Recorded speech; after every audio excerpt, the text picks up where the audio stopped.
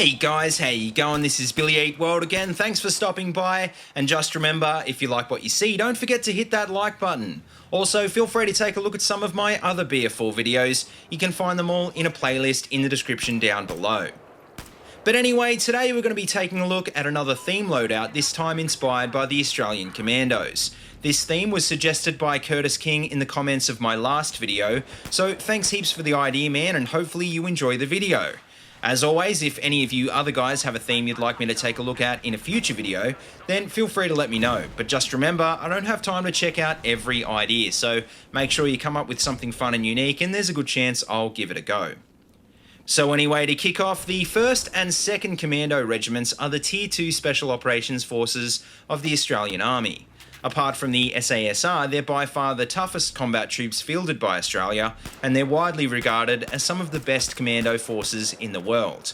In a lot of ways, they're very similar to the SASR, often training together, but generally speaking, they take on a much more offensive role. For example, the SASR specialise in long-range recon and other covert missions, whereas the Commandos specialise in direct action raids.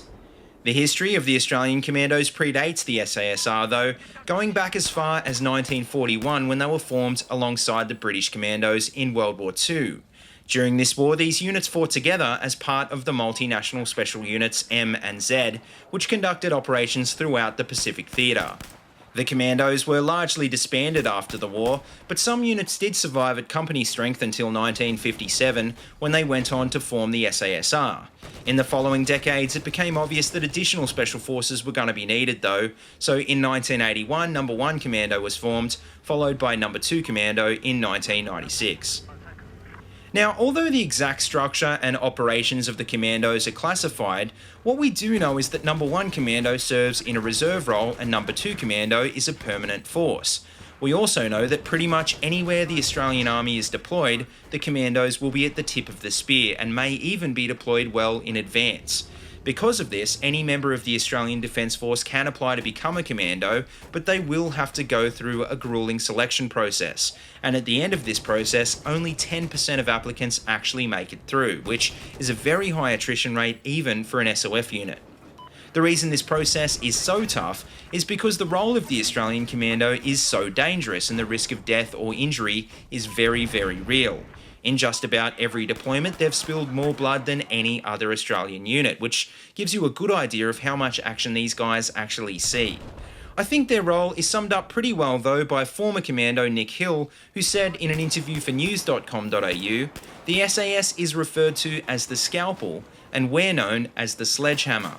And this is sadly reflected by the chilling statistic that in the war in Afghanistan, out of the 41 Australians killed in action, 16 were from No. 2 Commando.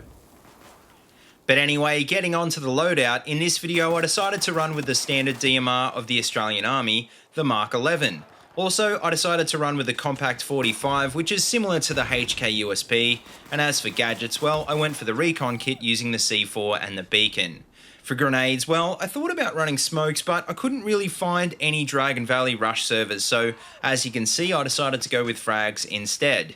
And last but not least, as always, I decided to run with a defensive perk because, well, who doesn't want the ability to tank an extra shot or two?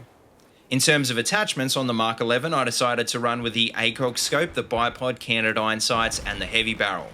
As you can see in the video thumbnail, this is pretty accurate to what they actually use, but I should mention that they probably do use higher powered scopes. As for the Compact 45, well, once again, I didn't run with any attachments except the ghost ring because even the Commandos would be unlikely to use them. And that's because laser sights and fancy optics for pistols can be very expensive, and most military forces just can't justify that kind of expense. Now, this is the point in the video where we normally ask the question, how did this loadout perform in-game? And well, in a nutshell, it's hard to go wrong with this gun. And that's because the only stats that really matter on a DMR are damage, muzzle velocity, and accuracy, and the Mark 11 is already decent in all of these areas. Some people use grips on DMRs to reduce recoil and improve accuracy, but even then, you're hardly going to notice a difference. All you need to do is stay out of range as well as pace your shots, and you should be fine, but just bear in mind that if you do get into close quarters, you will be at a massive disadvantage. The reason for this is because the ACOG slows down target acquisition, and this can get you killed in CQB if someone gets the drop on you. And that's why I normally run a 1x and a magnifier on DMRs, because at least it's a little bit more flexible if you're trying to play the objective. The Compact 45 really doesn't make up for the ACOG either, because it's a low capacity long range pistol, and ideally you'd want something that fires a little bit faster. That being said though, it's really not that bad, and it does fire a lot faster than the Mark 11, so don't be afraid to switch over to it if you need to. Now last but not least, the Bipod, as always, is really only effective at getting you killed by snipers. It can help you lock down a lane, as you'll see in this video, but 9 times out of 10, it's either not going to make a difference or it'll make you an easy target. Another problem with the Bipod is that when you're trying to shoot over railings, it can deploy when you don't want it to. So yeah, I'd have to say the more and more I try and use it, the more I dislike it, so I'd probably be saving it for long range sniping, and that's about it. Apart from that though, the only thing I'd really change about this loadout is to throw on the target detector instead of the canted iron sights. And even then, that's not even a huge change because like I said, the loadout is pretty solid to begin with. That being said, it's probably not going to become my go-to DMR setup, but it was a lot of fun and I really did like the theme a lot. So if you haven't played with the Mark 11 in a while, or if you find the theme interesting, then I'd definitely say give it a go. But anyway guys, that just about wraps up this video, so let me know what you think about this setup in the comment section below, and as always, if you like what you see, don't forget to like, comment and subscribe.